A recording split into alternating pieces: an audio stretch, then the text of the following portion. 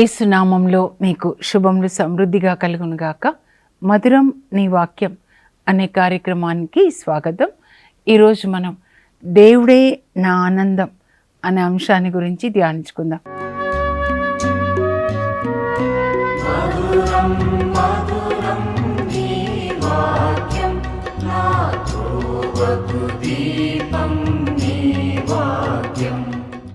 నిన్న దేవుడు అంటున్నారు, నీవే నా ఆనందం అని చెప్పారు కదా. సెఫన్యా 3:17 కూడా చెప్తారు, ఏదో నా దేవుడైన ప్రభు నా నడుమ ఉన్నాడు, అతన్ని బలం వల్ల నాకు విజయం కలుగుతుంది, నా దేవుడు నన్ను గాంచి ఆనందిస్తారు.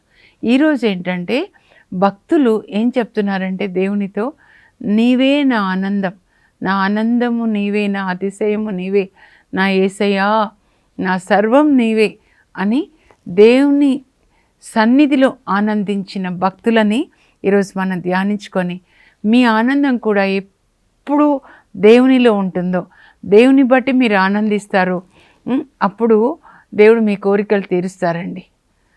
ఈ లోక విషయాల్లో మీ ఆనందం ఉందనుకోండి, దేవుడు ప్రక్కన ఉండి అప్పుడు మీకు ఆనందం ఉండదు. ఎందుకంటే అది 10 రోజులే ఉంటుంది. ఇది కొనుక్కుంటే ఒక 10 రోజులు, ఇది కొనుక్కుంటే 10 రోజులు, పిల్లల్ని బట్టి 10 రోజులు, తర్వాత పిల్లలు పొడుస్తూ ఉంటే ఏడుస్తూ ఉంటారు. ఈ మధ్య తల్లులు అది ఫోన్ చేస్తున్నారు, పిల్లల్ని ఇంత కష్టపడి పెంచితే వాళ్ళ మాటలు ఒక్కొక్కటి ఇట్లా తూటాల్లాగా కత్తులతో పొడిచినట్లుగా ఉందని.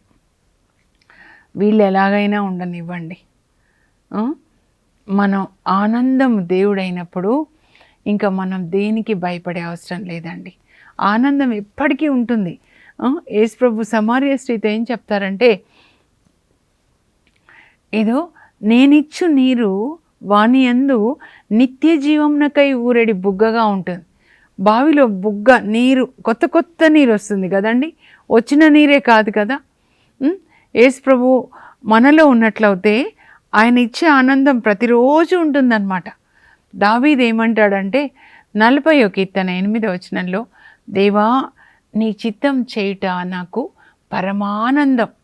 దావీదుకి చాలా ఆనందమైంది ఏంటంటే, నీ చిత్తం చేయుట, నీ చిత్తం అంతా ఇక్కడ ఉంది కదా, కనుక నీ ధర్మశాస్త్రము నా హృదయంలో పదిలంగా ఉంది. దేవుని చిత్తమే ఈ బైబిల్ గ్రంథంలో చెప్పారు. మీరు పరిశుద్ధులై ఉండండి, మీ దేవుడు పరిశుద్ధుడైనట్లే మీరును పరిశుద్ధులై ఉండండి. యేసు ప్రభు చెప్తారు లూకా 6:36, నీ పరలోక తండ్రి వలె మీరు కనికరాన్ని కలిగి ఉండండి.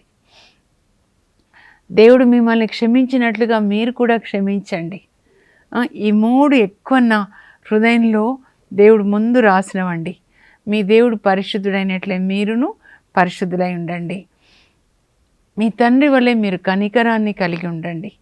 కరుణ అంటే మన హృదయంలోంచి కరుణ ప్రవహించాలన్నమాట.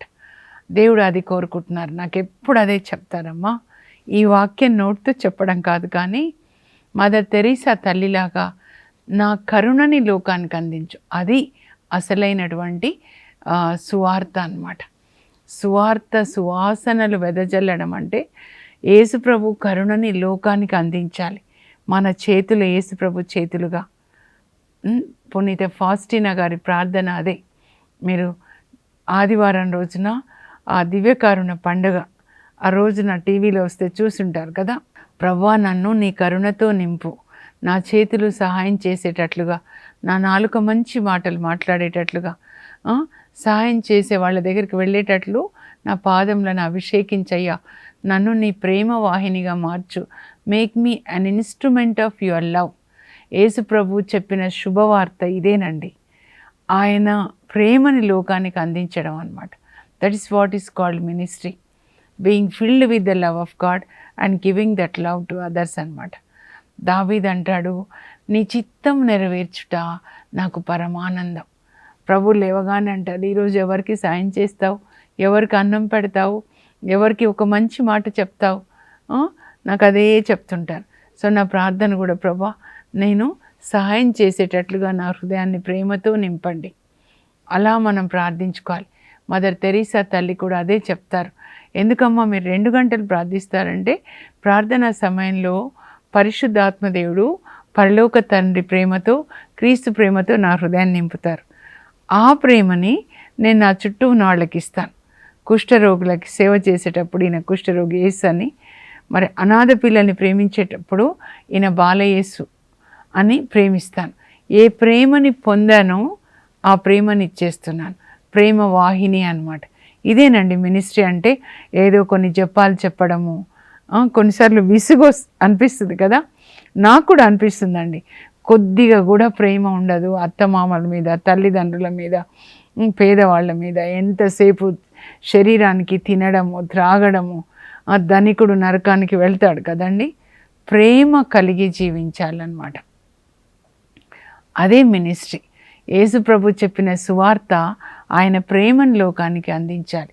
ఆదిమ సంఘం అలాగే ఉన్నారు. ఒకరితో ఒకరు పంచుకున్నారు. వాళ్ళకి ఉన్నది caring and sharing is Christianity. మనం ఒకరిని మనము యేసుప్రభు ప్రేమను అందించాలండి. దావీదు మరి అదే చెప్తున్నాడు అనమాట. నీ చిత్తం చేయడం నాకు పరమానందం. దేవుని చిత్తము నీలాగా నీ పొరుగు వాళ్ళని ప్రేమించాలి, ఆపదలో ఉన్న వాళ్ళకి సాయం చేయాలి. అది దేవుని చిత్తంగా ఉంటుంది.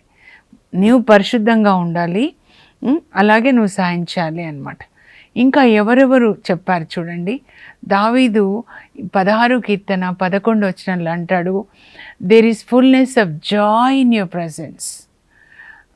నీ సన్నిధిలో సంపూర్ణమైన సంతోషమయ్యా. నీ కుడి చేతిలో నిత్య సుఖాలు ఉన్నాయి. దేవుని సన్నిధిని ఆయన అనుభవించాడనమాట. గొర్రెలు కాచుకునేటప్పుడు వాళ్ళ నాన్న గొర్రెలు బెత్లెహేంలో కాస్తున్నప్పుడు ఎల్లప్పుడూ దేవుని స్తుతించేవాడంట. 34వ కీర్తనలో చెప్తాడు, దేవా నీ స్తుతి ఎల్లప్పుడూ కూడా నా పెదవుల మీద ఉంటుంది. ఎల్లప్పుడూ నీ స్తుతి. రాత్రంతా నేను కూర్చొని నీ వాక్యాన్ని ధ్యానిస్తాను. 119వ కీర్తన 148వ వచనంలో చెప్తాడు, నీవు చేసిన మేలులను బట్టి నేను దినానికి 7 సార్లు నేను కృతజ్ఞత చెప్తాను. 119లోనే 164లో చెప్తాడు, నీ వాక్యాలు నాకు బంగారం, వెండి, బంగారాల కంటే విలువైనవయ్యా. నీ వాక్యం ధ్యానించడం, దేవుని స్తుతిస్తూ ఉన్నప్పుడు ఆయన పరిశుద్ధాత్మని పొందుతాడనమాట. ఆ పరిశుద్ధాత్మని పొందుతూనే కీర్తనలన్నీ రాస్తాడు. అంటే పాటలు పాడాడనమాట.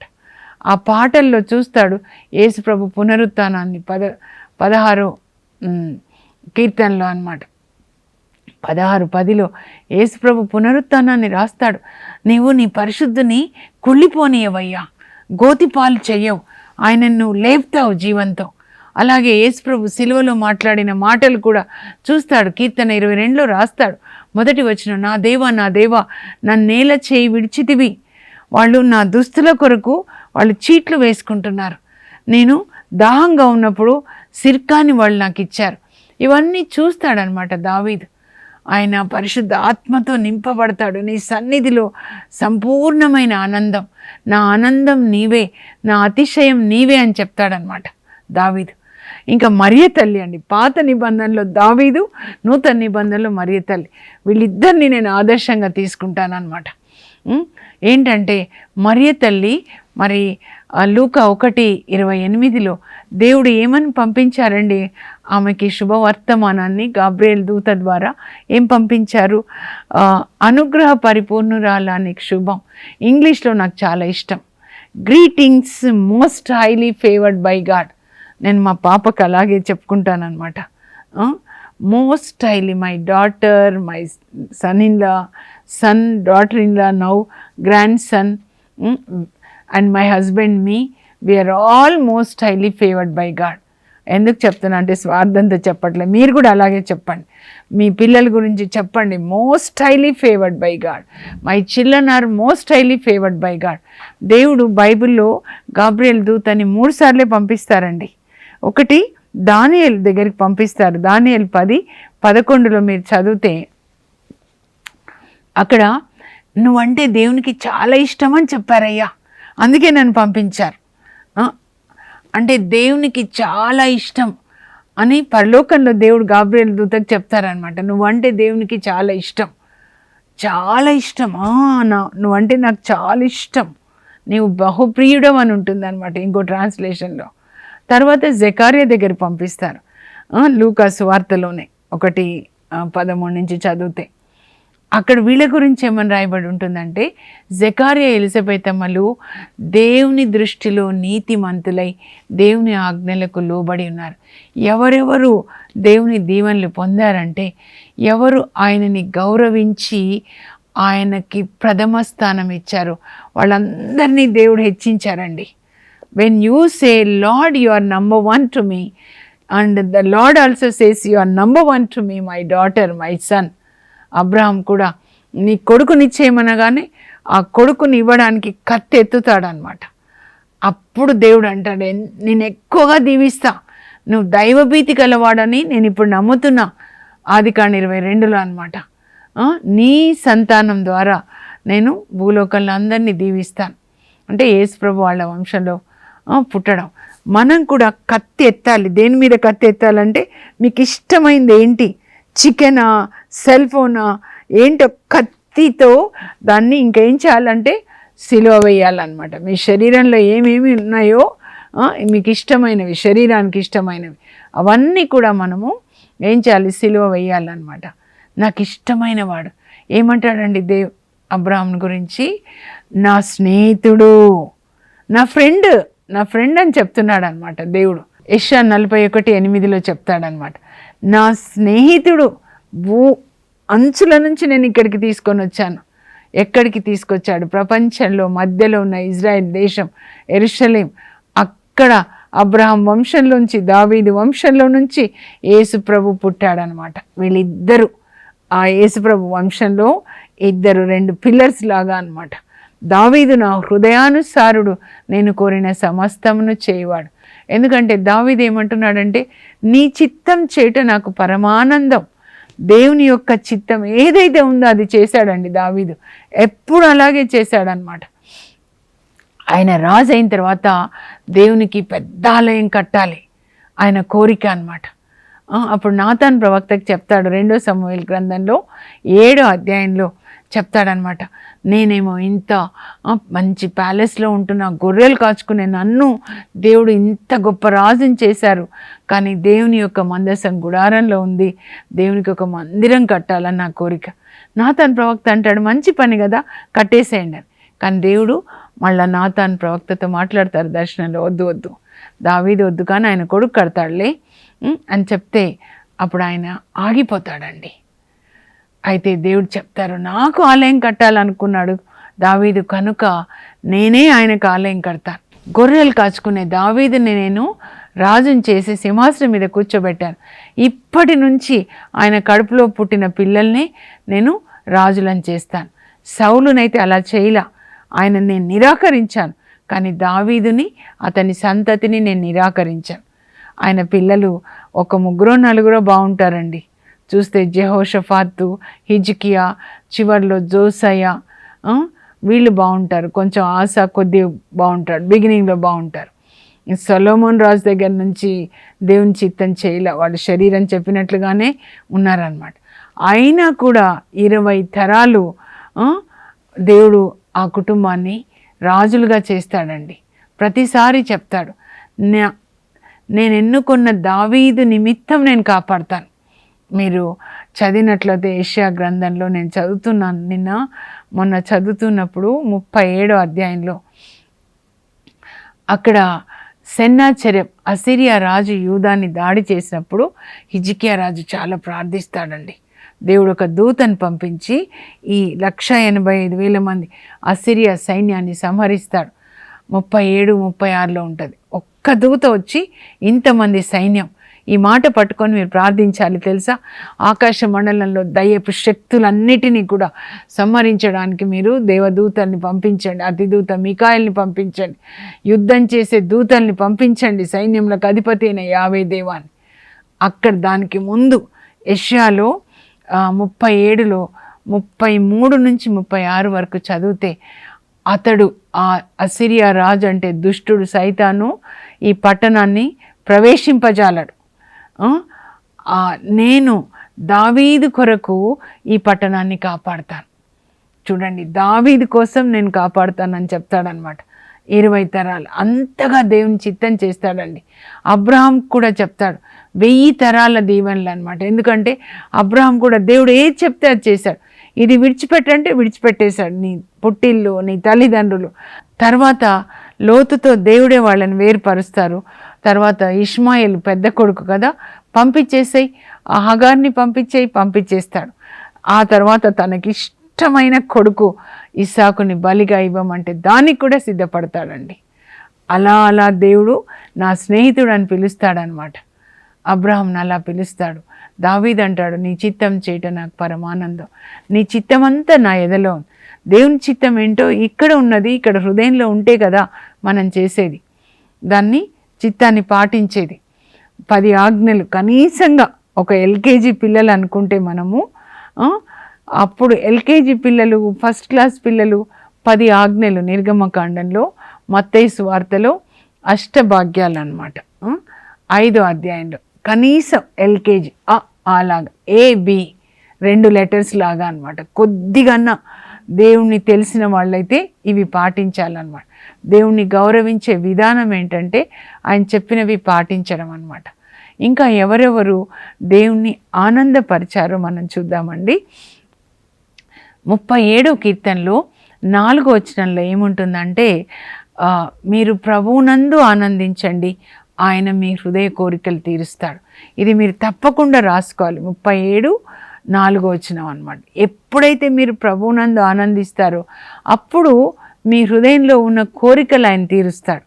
ఇంకా 5వ వచనం ఏముంటుందంటే, మీ భారమంతా ఆయన మీద మోపండి, మీరు ఆయనని నమ్మిన ఎడల ఆయన మీ కోరికలు తీరుస్తాడు. కండిషన్ చూడండి, మొదటిది ప్రభువులో ఆనందించాలి, అప్పుడు మీ కోరిక. రెండవది మీ భారం ఆయన మీద వేసి ఆయనని నమ్మండి, మీరు ఆయన చేయగలిగిన సమర్థుడు అని, సర్వశక్తిమంతుడు అని.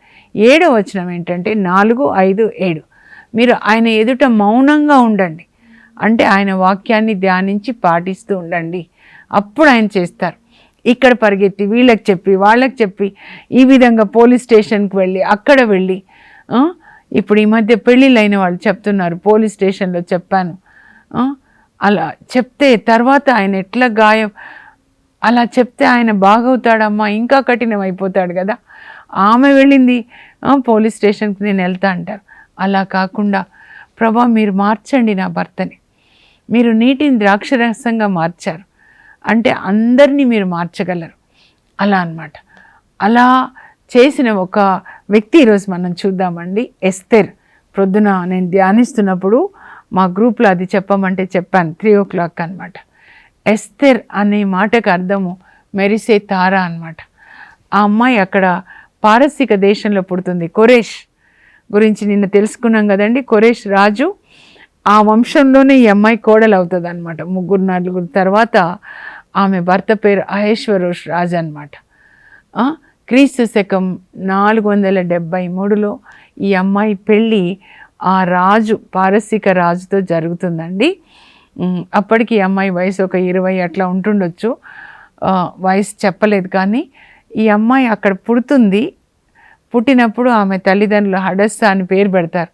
వీళ్ళు అబ్రహాం పిల్లలందరూ వాళ్ళ భాష హీబ్రూ భాష. సో హీబ్రూ భాషలో అమ్మాయి పేరు హడస్సా. అమ్మాయి పుట్టిన తర్వాత నేను అనుకుంటాను చిన్ననాడు తల్లిదండ్రులు చనిపోయారని, ఒక 5-6 సంవత్సరాల ఇద్దరూ చనిపోయారు. అప్పుడు ఆ అమ్మాయి పెద్ద నాన్న కొడుకు మార్డికాయ్, ఆ అమ్మాయి కంటే దాదాపు 100 సంవత్సరాలు పెద్దండి.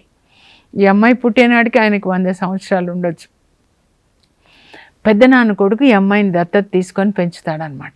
చక్కగా దైవ భీతితో పెంచుతూ ఉంటాడు. ఈ మార్డికాయి రాజు దగ్గర వాచ్మెన్గా పనిచేస్తున్నాడు అనమాట. అయితే అక్కడ మరి వష్టి రాణి, పట్టపు రాణి రాజుకి అవిధేయత చూపించడం వల్ల ఆమెని పంపించేస్తాడు. ఇప్పుడు మళ్ళా తనకి మరి రాణి కావాలి కనుక అడ్వైస్ తీసుకుంటాడు. ఆయనకు ఒక 7 అడ్వైజర్స్ ఉంటారనమాట రాజుకి. ఆ అడ్వైజర్ చెప్తారు, సూజన్ పట్టణం, పారసీక దేశ క్యాపిటల్ పేరు సూజన్ అండి. సో అడ్వైజర్ చెప్తారు, ఈ పట్టణంలో ఉన్న అందమైన కన్య పిల్లలు చూడండి, ఎన్నికల్లో కన్య పిల్లలు ప్యూరిటీ, వాళ్ళందరినీ పిలవండి, వాళ్ళలో మీకు ఇష్టమైన వాళ్ళని చేసుకోవచ్చు. ఒక 1 year బ్యూటీ ట్రీట్మెంట్ తర్వాత రాజు దగ్గర తీసుకొస్తే అందరిలోకి ఎస్తేర్ నచ్చుతుందండి రాజుకి. ఎస్తేర్ 2:17 అనమాట. మనందరిలోకి ఎంతోమంది ఉండొచ్చు కదా, పరమగీతాల్లో 2:2 అన్నమాట. అక్కడ యేసుప్రభు చెప్తున్నారు, ముళ్ళ తుప్పలలో లిల్లీ పుష్పమెట్లో యువతులందరిలో నా ప్రియురాలట్లు. లిల్లీ పుష్పం లాంటి హృదయము, మనస్సు, కన్నులు, నాలుక, చెవులు అలా ఉండాలన్నమాట. అందరూ అమ్మాయిలు వస్తారు ఒకరి తర్వాత ఒకరు, కానీ రాజుకి ఈ అమ్మాయి నచ్చుతుంది అన్నమాట. పెళ్లి చేసుకుంటాడు. 127 దేశాలకి పెద్దండి ఈయన. ఇండియా నుంచి ఇథియోపియా వరకు. బైబిల్లో మన దేశ పేరు ఎస్తేర్ గ్రంథంలో ఉంటుందన్నమాట. 127 దేశాలకి రాజుకి ఈ అనాథ పిల్ల రాణి అయిపోతుంది. ఇంకా అంత వైభవంగా ఏ పెళ్ళి జరిగి ఉండదన్నమాట. 5 సంవత్సరాలు బాగానే ఉంటుంది. తర్వాత హమాన్ అనే ఒక దుష్టుణ్ణి మంత్రిగా చేస్తాడనమాట రాజు. ఇంకా అందరూ ఈయనకి వంగి దండం పెట్టాలని ఆజ్ఞాపిస్తాడు. అందరూ పెడతారు, మోడికాయ పెట్టాడు. అందువల్ల ఆయన కుట్రలు పన్ని యూదులను చంపాలి అని అదారు 13వ తారీఖు అనమాట. అదారు నెల అంటే వాళ్ళకి చివరి నెల, డిసెంబర్ లాగా అనమాట. యూదులందరినీ చంపాలి అని ఆజ్ఞ జారీ చేసి రాజు ముద్ర వేసేస్తాడు. అన్ని దేశాలకి పంపిస్తాడు కాపీస్. అప్పుడు మోర్డెకాయ్ కూడా కాపీ చూసినప్పుడు ఎస్తేర్కి చెప్తాడమ్మా, చూడమ్మా ఇలాంటిది ఎందుకు, నువ్వు వెళ్ళి రాజు దగ్గర మాట్లాడంటే, ఆ అమ్మాయి నేను మరణించవలసి వస్తే మరణిస్తాను కానీ వెళ్ళి మాట్లాడతానని ఆమె ముందు ఉపవాస ప్రార్థన చేస్తుందండి. 3 రోజులు ప్రార్థన చేస్తుంది. ఆ ప్రార్థన అంతా మీరు చదవండి. ఇప్పుడు టైం అయిపోయింది. ఎస్తేర్ గ్రంథం 14వ అధ్యాయంలో ఉంటుంది ఆ అమ్మాయి పేరు. ప్రభా మమ్మల్ని జ్ఞాపకం చేసుకో, సింహపు గుహలో అడుగిడున్న నన్ను కాపాడు, ఎలా మాట్లాడాలి రాజు దగ్గర నాకు సాయం చేయండి అని 3 రోజులు మంచినీళ్ళు కూడా తీసుకోకుండా ఉపవాసం చేసి ఆ ప్రార్థనలో అంటుంది, ఇక్కడికి వచ్చిన దగ్గర నుంచి ఇప్పటి వరకు అబ్రహాము దేవుడవైన నిన్ను ధ్యానించుట తప్ప నాకు వేరే ఆనందం లేదు. ఒక మహారాణి 5 సంవత్సరాలు నిన్ను ధ్యానించుట అంటే మోషే ధర్మశాస్త్రం తెచ్చుకుందనమాట. అలా పెంచుతాడు మోర్డెకాయ్. నిన్ను ధ్యానించుట తప్ప నాకు వేరే ఆనందమే లేదు ప్రభా. ఎంత ఉన్నత స్థానంలో ఉన్న అమ్మాయి, మమ్మల్ని కాపాడయ్యా అని రాజు దగ్గర వెళ్తుంది. ఉపవాస ప్రార్థన చేసి వెళ్తుంది. అప్పుడు దేవుడు ఆయన హృదయాన్ని మారుస్తారు. అక్కడ దేవుడు హమాను మోర్డెకాయిని ఉరి తీయాలి అని తనకి దండం పెట్టలేదని ఉరికమ్మని తయారు చేస్తే దేవుడు ఎట్లా తిప్పుతారంటే ఆ హమాన్ని ఉరి తీసి మరి మోర్డెకాయిని మహామంత్రిని చేస్తారండి. చూడండి, దేవుని యొక్క వాక్యాన్ని ధ్యానిస్తూ పాటిస్తూ ఉన్నప్పుడు, ఆ వాక్యం ధ్యానిస్తూ ఉన్నప్పుడు మీకు అది ఆనందంగా ఉంటే దేవుడే మీ ఆనందంగా ఉండాలి. ఆ ఎస్తేర్కి ఇంకొక ఆనందం ఉండొచ్చు కదండి, రోజు బట్టలు, ఇవి, తిండి, అధికారము, భర్తతో పాటు ఎక్కడ ఏ దేశానికి వెళ్ళినా ఎంత హోదా, కానీ అవన్నీ నాకొద్దు అంటుంది. నాకు ఒకే ఆనందం, నీ వాక్యాన్ని ధ్యానించి పాటించాలి. రాజు దగ్గర వెళ్ళి మాట్లాడి 127 దేశాల్లో ప్రపంచంలో ఉన్న యూదులని కాపాడుతుందండి ఒక పసిపిల్ల. ఇప్పుడు ఆమె పేరు మీద యూదులు పండుగ చేసుకుంటారండి, పూరీం పండుగ. అదారు 13న ఎస్తేర్ గ్రంథాన్ని చదువుతారు. ఆ గ్రంథంలోనే ఇంకా మోర్డెకాయ్ ఒక రూల్ యాడ్ చేస్తాడనమాట. ఎస్తేర్ ఇద్దరు ఈ పండుగ రోజున యూదులందరూ పేదవాళ్ళకి భోజనాన్ని, వంటలు పంపించాలి అని ఇప్పటికీ కూడా చేస్తున్నారు. ఎప్పుడో క్రీస్తు పూర్వం. ఒకవేళ యూదులందరినీ హమాన్ చంపించి ఉంటే యేసుప్రభు ఎలా పుట్టేవాడు చెప్పండి? ఆ అమ్మాయి ప్రకాశించిందండి ప్రభు కొరకు. దేవుడు మీకు ఇచ్చిన ప్రతిదీ, ఒక అధికారం ఉండొచ్చు, ఒక తెలివి ఉండొచ్చు, డబ్బు ఉండొచ్చు, దేవుని మహిమ కోసం మీరు వాడండి. దేవుడే మీకు ఆనందంగా ఉండునుగాక. హబక్కూకు అంటాడు 3:18లో నేను నా ప్రభువునందు ఆనందిస్తాను, నా రక్షకుడైన దేవుని యందు ఆనందిస్తాను. ఆయన నా కాళ్ళకి, జింక కాళ్ళకి ఇచ్చిన బలాన్ని ఇస్తాడు. ఎప్పుడు మనం దేవునిలో ఆనందిస్తామో ఆయన మనకి బలాన్ని ఇస్తాడనమాట. నా అంజూరాలు పుయ్యకపోయినా, శాలలో పశువులు పిల్లల్ని పుట్టకపోయినా నేను నా ప్రభువునందు ఆనందిస్తాను. పంట పండకపోని, ఏ పిల్లలు ఎలా ఉండని, పిల్లలు నన్ను గౌరవించకపోయినా, నన్ను చూసుకోకపోయినా, నా భర్త చూసుకోకపోయినా, నా ప్రభువునందు నేను ఆనందిస్తాను. అలా మీరు ఉండండి. అప్పుడు ఆయన మీ కాళ్ళకి, జింక కాళ్ళకి ఇచ్చిన బలాన్ని ఇస్తాడు. మీకు ప్రతి చోట జయం కలుగుతుందన్నమాట. ప్రార్థన చేసుకుందాం. పరలోకపు మా తండ్రి, మీ పరిశుద్ధ నామం నాకు స్తోత్రం కలుగును గాక. ప్రభువా, దావీదు అంటాడు, నీ చిత్తం చేయుట నాకు పరమానందాన్ని కలిగిస్తుంది అని. మరియ తల్లి కూడా అంటారు, ప్రభా నా హృదయం ప్రభుని స్తుతిస్తుంది, నా ఆత్మ నా రక్షకునేందు ఆనందిస్తుంది. హబక్కూకు అంటాడు, నేను ప్రభువునందు ఆనందిస్తాను, ఆయన నా కాళ్ళకి, జింక కాళ్ళకి ఇచ్చిన బలాన్ని ఇస్తాడు, కొండల మీద నడిచేలాగా చేస్తాడు. అలాగే ఎస్తేర్ ఒక మహారాణి అయ్యుండి 127 దేశాలకి పట్టపు రాణి ప్రభా. ఆమె ఆనందము అధికారం కాదు, ఆస్తి ఐశ్వర్యం కాదు, కానీ నీ వాక్యమే, నీ వాక్యాన్ని ధ్యానించుట నాకు పరమానందం అని చెప్తుంది. అలా దావీదులాగా ప్రభా, మరియ తల్లిలాగా, నాయన హబక్కూకులాగా, ఎస్తేర్లాగా మేము కూడా మీ వాక్యంలో ఆనందించడానికి కృప దయచేయండి. యేసు నామంలో అడుగుచున్నాం తండ్రి, ఆమెన్. నేను మరొకసారి చెప్తున్నాను, మీ ఆనందము దేవుడైతే, ఆయన యొక్క వాక్యం అయితే దాన్ని ధ్యానిస్తూ పాటిస్తూ ఉంటే అప్పుడు ప్రభు మీ హృదయ కోరికల్ని తీరుస్తాడు. అందుకే నేను చెప్తాను, ఏదో మా పిల్లలు పెళ్ళి కాలేదు, మా పిల్లలు విడిపోయినారు అంటే, విడిపోయిన వాళ్ళకి తల్లులకు కూడా చెప్తున్నా, అమ్మ మీరు మత్తయి సువార్త చదవండి, కీర్తనలు చదవండి, మీరు దాన్ని పాటిస్తూ ఉండండి. దేవుణ్ణి, జీసస్ని పట్టుకోండి. అప్పుడు జీసస్ తప్పిపోయిన కుమారుని తీసుకొని వచ్చినట్లుగా మీ దగ్గరికి మీ భర్తని, మీ భార్యని తీసుకొని వస్తారు. మీ కుటుంబాన్ని ఆయన కడతాడు. మీరే ప్రయత్నాలు చేసినా కొన్నిసార్లు తప్పుడు పనులు చేస్తారు, కానీ జీసస్ని రానివ్వండి, ఆ పడవలోనికి తుఫాన్ని గద్దిస్తాడు. మార్కు 6:18 పడవ నడుపుటలో వాళ్ళు మిక్కిలి శ్రమ పడటం చూసి యేసుప్రభు పడవలోకి వచ్చారు, తుఫాన్ని గద్దించారు.